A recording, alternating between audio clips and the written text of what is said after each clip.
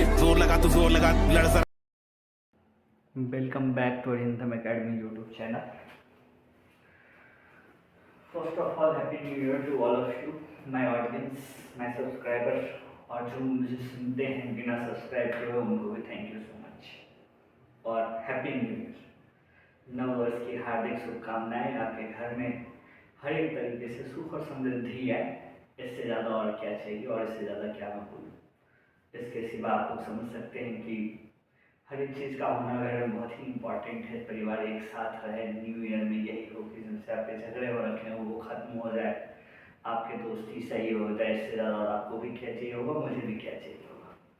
अभी तक अगर वीडियो की बात करें तो एक्सरसाइज 12.1 के सारे वीडियो अपलोड हो चुके हैं। ये 12.2 का क्वेश्चन नंबर 1 है जो आज हम लोग डिस्कस करने जा रहे हैं। और इस क्वेश्चन को या तो हम लोग आइडेंटिटी के तरीके से सॉल्व करेंगे, या तो हम लोग कैसे सॉल्व करेंगे, मिडिल टर्म स्प्लिट से सॉल्व करेंगे। ठीक है, अब यहाँ पे एक्सरसाइज 12.2 में क्या कह रहा है, फैक्टराइज द फॉलोइंग एक्सप्रेशन। इस एक्सप्रेशन को फैक्टराइज करना है। और एक्सप्रेशन क्या दे रखा है जरा देखिए, a² + 8a + 16। और दूसरा क्वेश्चन जो है फर्स्ट का सेकंड पार्ट वो क्या है, p² - 10p + 25। इस वीडियो में हम इन्हीं दो क्वेश्चन को क्या करेंगे, सॉल्व करेंगे, और करेंगे मिडिल टर्म स्प्लिट यूज करके। Method middle term split use करेंगे। मिडिल टर्म स्प्लिट कहने का मतलब क्या है कि कोएफिशिएंट ऑफ a और कांस्टेंट टर्म का मल्टीप्लिकेशन का रिजल्ट जो होगा, हम इस बीच वाले नंबर को कुछ इस तरीके से तोड़ेंगे ऐड और सब्ट्रैक्ट करके, तो हमारे को क्या मिलेगा, 8a ही मिलेगा। बट जब मैं उन दो नंबर को मल्टीप्लाई करूंगा तो रिजल्ट क्या आएगा, 16 आएगा, या फिर product of coefficient of a और कांस्टेंट टर्म के बराबर आएगा। हम इस मेथड को यूज करेंगे। और हमेशा ही ध्यान रखिएगा इस चैप्टर को करने के लिए जो हमारा क्वेश्चन होता है, वो फर्स्ट स्टेप होता है सॉल्यूशन का। शुरू से कहता हुआ आ रहा हूं, तो इस काम को सबसे पहले करेंगे। पहले हम क्या लिखेंगे, हम यहाँ पे लिखेंगे a² + 8a + 16। अब देखते हैं कांस्टेंट टर्म मेरे पास 16 है और कोएफिशिएंट ऑफ a² क्या है, 1। 1 × 16 क्या होता है, 16 होता है। अब मुझे 8a को कुछ इस तरीके से तोड़ना है कि जोड़ने पे तो 8 ही आए जो नंबर है, और मल्टीप्लाई करने पे क्या है, 16 है, ये नंबर चाहिए। मुझे पता है 4 + 4 क्या होता है, 16 होता है। ठीक है, 4 + 4 क्या होता है, 4 + 4 8 होता है, और 4 × 4 क्या होता है, 16 होता है। तो इस नंबर को कुछ इस तरीके से तोड़ेंगे। कैसे लिखेंगे हम लोग, a² + 4a + 4a, ठीक है, + 16। अब ये एक पेयर है, ये एक पेयर है, इसमें से a कॉमन ले लेते हैं। अगर a कॉमन ले लिया तो यहाँ पे बचता है a + 4, और यहाँ पर +a कॉमन ले लेते हैं, +4 कॉमन ले लेते हैं यहाँ पे, और अगर यहाँ पे +4 कॉमन ले लिया है तो यहाँ पर बचता है a + 4। अब जो लाइक पेयर होता है हम उसको कितने बार लिखते हैं, एक बार लिखते हैं, तो a + 4 लिख दिया। और अनलाइक पेयर को कितने बार लिखते हैं, मतलब दूसरा जो पेयर है प्रोडक्ट वाला, उसको कितने बार लिखते हैं, एक बार लिखते हैं। तो यहाँ पर हमने क्या लिख दिया, a + 4 लिख दिया। तो ये हमारा क्या हो गया, फाइनल रिजल्ट हो गया। इसको करने का दूसरा तरीका क्या है जरा वो देखिएगा, और हम आइडेंटिटी से कैसे कर सकते हैं। क्या इस एक्सप्रेशन को हम लोग ये लिख सकते हैं क्या, a² + 8a + 4 का स्क्वायर। अब देखो ये a² है और ये +4 का स्क्वायर है। अगर देखा जाए तो ये 8a इन दोनों के प्रोडक्ट का मिश्रण होगा या मिक्सचर होगा। तो कैसे निकालेंगे, यहाँ पे आइडेंटिटी लगाते हैं। क्या लिखेंगे यहाँ पे, by using identity a + b का whole square is equal to a² + 2ab + b²।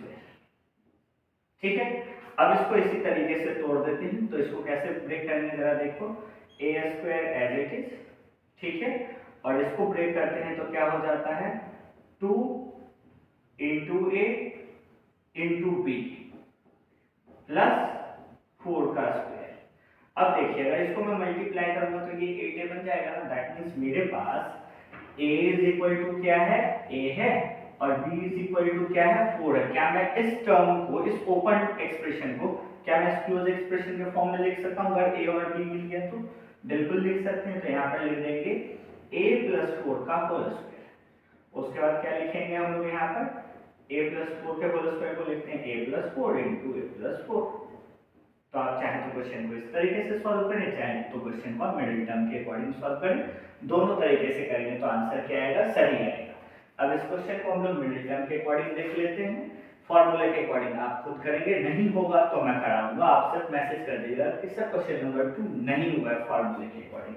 अब इसको देखो ये कैसे होगा, तो ये है पी स्क्वायर माइनस 10p, इस 25 को हम लोग लिख सकते हैं प्लस का 5 का स्क्वायर, है ना।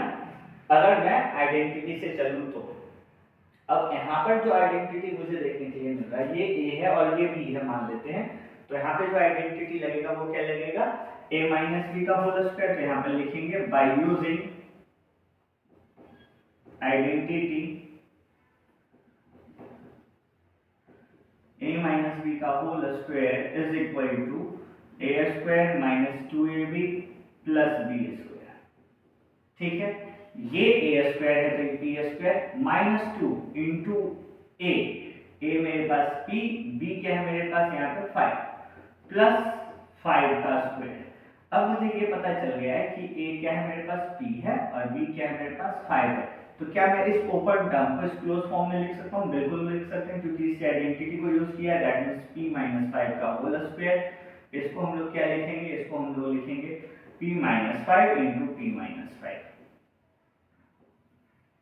ठीक है, ये तो हुआ आइडेंटिटी से। अब मिडिल टर्म स्प्लिट करके कैसे सॉल्व करेंगे, देखो by using middle term. Middle term के मतलब क्या है, कोएफिशिएंट ऑफ p क्या है 1 है, कांस्टेंट टर्म क्या है 25, 25 into 1 क्या हो जाता है 25 हो जाता है। दैट मींस मुझे इस नंबर को कुछ इस तरीके से प्रेडिक्ट करना है कि ये किस में चेंज हो जाए, 25 में चेंज हो जाए।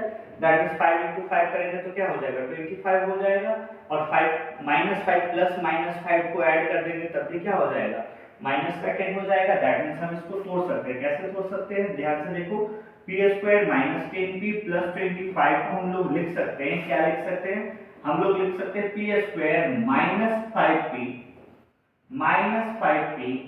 प्लस 25।